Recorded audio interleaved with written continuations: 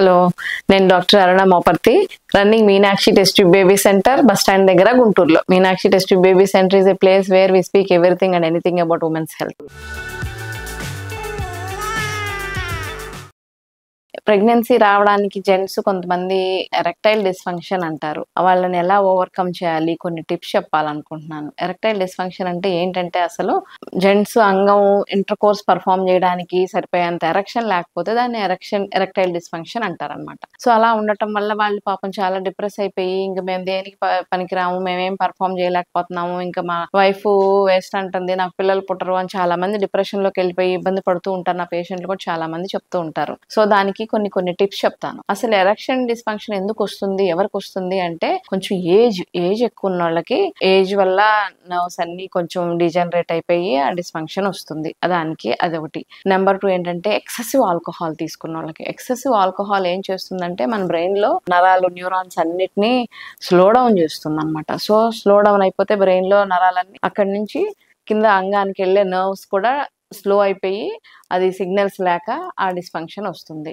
ఇంకా బాగా cooked over fried foods, ఇప్పుడు రెస్టారెంట్లో చాలా మంది ఇష్టపడతారు ఆ ఫుడ్. బాగా ఓవర్ ఫ్రైడ్ ఫుడ్స్ తీసుకోవడం వల్ల దానిలో అంత ఫ్రై చేయాలంటే చాలా ఎక్కువ హీట్ చేస్తారనమాట.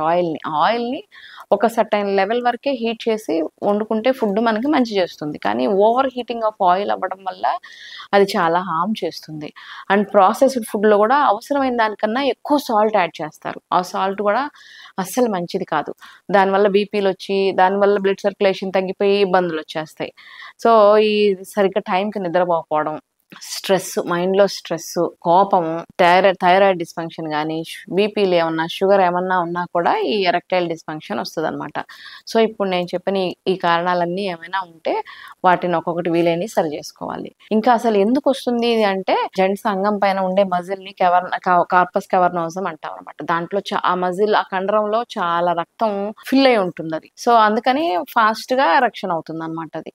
కానీ ఆ బ్లడ్ సర్క్యులేషన్ ఏమైనా లోవర్ పార్ట్ ఆఫ్ ద బాడీకి తక్కువ వచ్చింది అనుకోండి, ఇప్పుడు నేను ఇందాక చెప్పాను, స్ట్రెస్ లో ఉన్నా, యాంగ్జైటీలో ఉన్నా, డిప్రెషన్లో ఉన్నా, కొంతమంది ఏదైనా సైకలాజికల్ ప్రాబ్లమ్ డ్రగ్స్ తీసుకుంటారు, ఆ డిప్రెసింగ్ వాటి వల్ల కూడా ఏమవుతుందంటే ఆ బ్లడ్ సర్క్యులేషన్ ఆ ఏరియాలో తగ్గిపోతుంది. ఇప్పుడు మీరు ఒకసారి కోపంగా ఇలా అంటే అదంతా మన body, upper part of the body, brain కూడా చాలా స్ట్రెస్ ఉండటం వల్ల మొత్తం బ్లడ్ సర్క్యులేషన్ చాలా వరకు అప్పర్ పార్ట్ ఆఫ్ ద బాడీకి వచ్చేస్తుంది. అప్పుడు కింద పార్ట్ ఆఫ్ ద బాడీకి బ్లడ్ సర్క్యులేషన్ తగ్గిపోతుంది. తగ్గిపోవడం వల్ల ఆటోమేటిక్ గా ఈ పెనిస్ కి బ్లడ్ సర్క్యులేషన్ తగ్గిపోయి ప్రాబ్లం వస్తుంది. సో స్ట్రెస్ తగ్గించుకోవాలి. సఫిషియంట్ స్లీప్, నిద్రపోవడం చాలా అవసరం. ఇంకొకటి ఏంటంటే, ఏం చేయొచ్చు అంటే, బిఫోర్ బెడ్ కొన్ని చిన్న టిప్స్.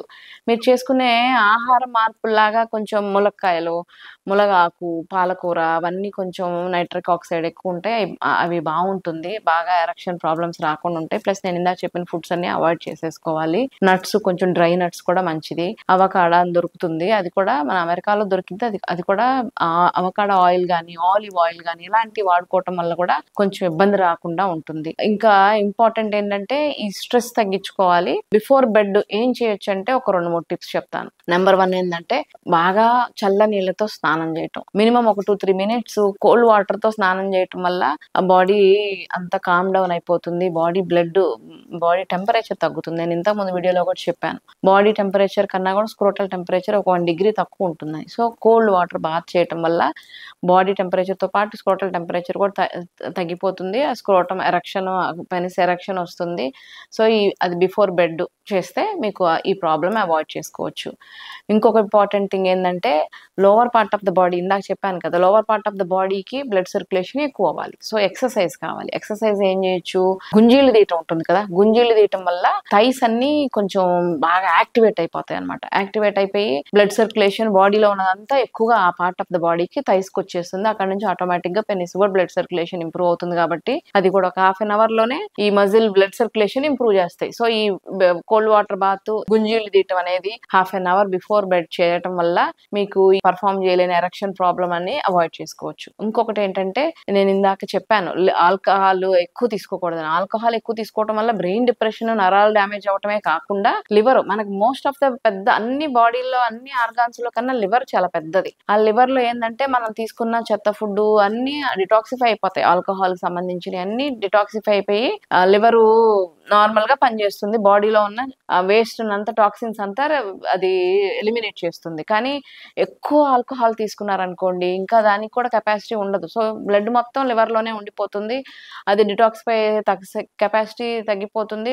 బాడీలో టాక్సిన్స్ అన్ని పెరిగిపోతాయి. దానివల్ల ఇలాంటి నష్టాలు జరుగుతాయి. సో ఆల్కహాల్ అవాయిడ్ చేసుకొని ఆ లివర్ లో మన బ్లడ్ లో ఉన్న టాక్సిన్స్ అన్నిటిని కొంచెం ఎలిమినేట్ చేయడానికి ఎల్-ఆర్జినిన్ అని టాబ్లెట్స్ వేసేసుకోవచ్చు. ఒక 6000 మిల్లీగ్రామ్స్ ఒక రోజు half an hour before bed daily వేసుకోవటం వల్ల కూడా ఈ ప్రాబ్లం నుంచి కరెక్షన్ చేసుకోవచ్చు. అండ్ వయాగ్రా టాబ్లెట్స్ కూడా ఉంటాయి కదా, అవి కూడా వాడుకోవచ్చు. ఈ చిన్న చిన్న టిప్స్, ఈ చిన్న చిన్న ఎక్సర్సైజెస్, మెడికేషన్, అవాయిడ్ చేయాల్సిన ఫుడ్, తీసుకోవాల్సిన ఫుడ్ ఈ ఫాలో అయ్యారంటే ఈ ఇబ్బందుల నుంచి బయటపడే ప్రెగ్నెన్సీ రావడానికి అవకాశం ఉంటుంది.